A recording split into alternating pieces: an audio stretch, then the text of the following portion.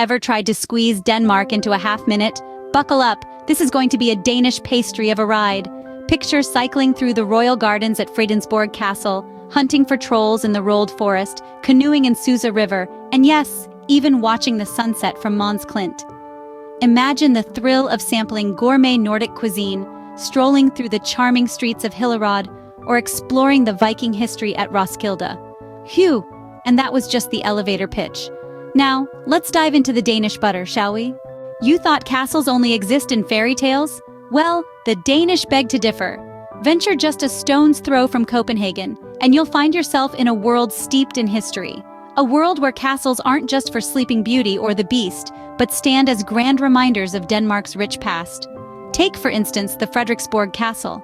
No, it doesn't have a fairy godmother, but it does boast an impressive collection of national history. Picture this, 3 aisles in the middle of a lake, adorned with the largest Renaissance castle in Scandinavia. Quite a sight, isn't it? And inside, it's like walking through the pages of a history book, minus the dust, of course. Now, how about Kronborg Castle? You may not find a Prince Charming here, but if you're into Shakespeare, you're in for a treat. This castle was the setting for Hamlet, so you can stroll the halls and imagine the tragic prince pondering his existence. To be or not to be, indeed. Next up, we have Rosenborg Castle. Nope, you won't find a glass slipper here, but you'll encounter a treasure trove of royal artifacts. From crowns and scepters to royal portraits, this castle is a dream come true for history buffs. It's like a real-life Game of Thrones, without the dragons, of course. And let's not forget about the Amalienborg Palace. Sure, it doesn't have a magic carpet, but it does house a real-life king and queen. Yes, folks, Denmark still has a reigning monarch. So who needs Aladdin when you've got King Frederick and Queen Mary? In the end, these castles might not be the stuff of Disney dreams, but they're pretty magical in their own right. They're a testament to Denmark's rich history and a must-visit for anyone with a penchant for the past. And Cinderella thought she had it tough. Wait till she sees the cleaning bill for these places. Who needs a green screen when you have the Danish countryside? No special effects necessary. Let's embark on a journey that takes us away from the city rush and into the tranquil, rolling landscapes of Denmark's rural charm. Picture this, if you will. You're in a place where the horizon stretches out in an endless canvas of lush green fields, dotted with windmills spinning gently in the breeze. The air is crisp and clean, carrying the scent of earth and wildflowers. It's so quiet you can hear the rustle of leaves, the chirping of birds, and the soft hum of bees flitting from flower to flower. That's the Danish countryside for you. Now, you might be wondering, where are the skyscrapers, the traffic, the bustling crowds? Well, my friend, that's the beauty of it. The Danish countryside is like a gentle whisper in a world that's often too loud. It's a place where you can truly disconnect, where Wi-Fi signals bow down to nature's charm, and the only status updates are the changing seasons. You see, the Danish countryside is a testament to the simple pleasures of life. Here, time is measured not in minutes and seconds, but in the ripening of fruits, the blooming of flowers, and the lengthening and shortening of days. And oh, the sights you'll see. Quaint thatched cottages, grazing cattle, and fields of vibrant poppies that seem to dance in the wind.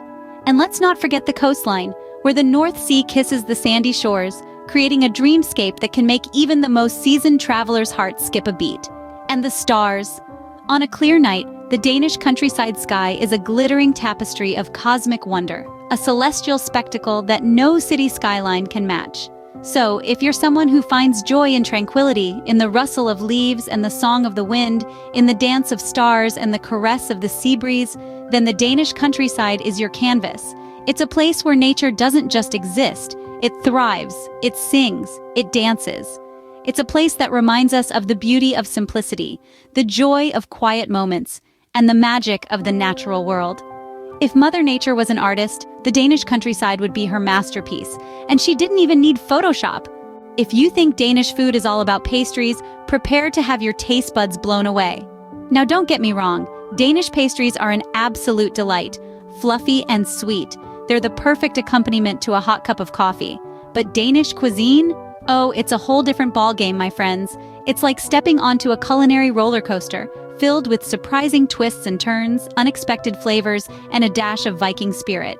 Let's start with smørrebrød. This open-faced sandwich might look simple, but it's anything but. Imagine a slice of dark, dense rye bread, slathered with butter, topped with everything from pickled herring to roast beef, remoulade to freshly chopped onions. It's a bite-sized feast that packs a punch, and it's as Danish as, well, a Danish pastry. But hold on, we're not done. Have you ever tried staked flæsk? It's Denmark's national dish, and it's a carnivore's dream. Picture thick, juicy pork belly slices, fried until they're crispy and golden, served with parsley sauce and boiled potatoes. It's comfort food, Danish style, and it's guaranteed to make you feel like a Viking after a long day of pillaging. And let's not forget the Danish love for seafood. From fiske frikadeller, fish cakes with remoulade sauce, to rodspet, pan-fried plaice with a squeeze of lemon, the Danes know how to do seafood justice. You might even stumble upon sild, pickled herring served with a side of akvavit, a traditional Danish spirit. It's an acquired taste, but hey, when in Denmark, right? And for dessert? Well, we're back to pastries, but not the ones you're thinking of. Risalamande, a creamy rice pudding with cherry sauce, is a Christmas favorite. And flødeboller, a chocolate-coated marshmallow puff, is the perfect sweet treat to end your Danish food adventure. So next time someone offers you Danish food, remember, it's not just pastries, it's an adventure for your taste buds. Forget The Little Mermaid. Denmark's got more to offer than fishy tales. I'm talking about the unexpected joys of Danish culture that are waiting for you just outside Copenhagen. Let's start with a word you may have heard of but probably can't pronounce, hygge. It's a Danish concept that doesn't translate directly into English, but it's something like coziness, comfort, and contentment all rolled into one. It's that feeling you get when you're snuggled up with a good book, a hot drink, and a warm blanket on a chilly day.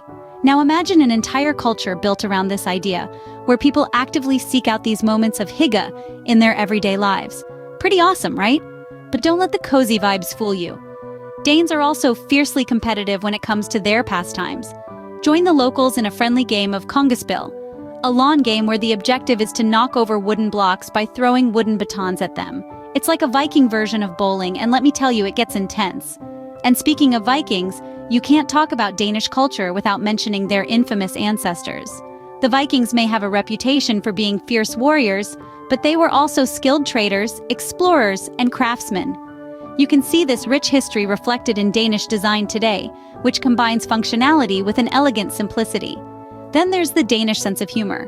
It's dry, understated, and often self-deprecating. They have a knack for finding the humor in everyday situations, and they're not afraid to laugh at themselves. It's a refreshing take on life that can be a real joy to experience. And let's not forget about the food.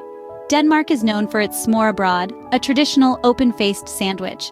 But venture outside of Copenhagen, and you'll find a whole world of culinary delights to explore, from hearty stews and fresh seafood to delicious pastries and cheeses. And that, folks, is why you never challenge a Dane to a hygge-off. Well, folks, our Danish adventure is coming to an end, but don't fret. We've seen castles that would make Cinderella green with envy. We've explored the countryside that's more picturesque than a postcard, and we've indulged in pastries that would make your taste buds do a happy dance. But hey, there's so much more to Denmark than what we've covered here. Now, here's where you come in. Have you ever ventured outside the charismatic city of Copenhagen? Perhaps you found a hidden gem that you'd like to share? Or maybe you've experienced a local custom that left you chuckling. We want to hear about it. So go ahead and drop a comment below. Share your Danish tales and let's continue this journey together, albeit virtually. While you're at it, why not give that like button a little love? Think of it as a virtual high five, a way of saying, hey, I enjoyed this Danish adventure. And if you haven't already, hit that subscribe button. Consider it your ticket to more adventures around the Nordic. And remember, there's a little incentive for you. Every like for this video is a symbolic pat on the back for Danish pastries. And let's be honest, who doesn't like pastries? Until next time, stay adventurous, my friends.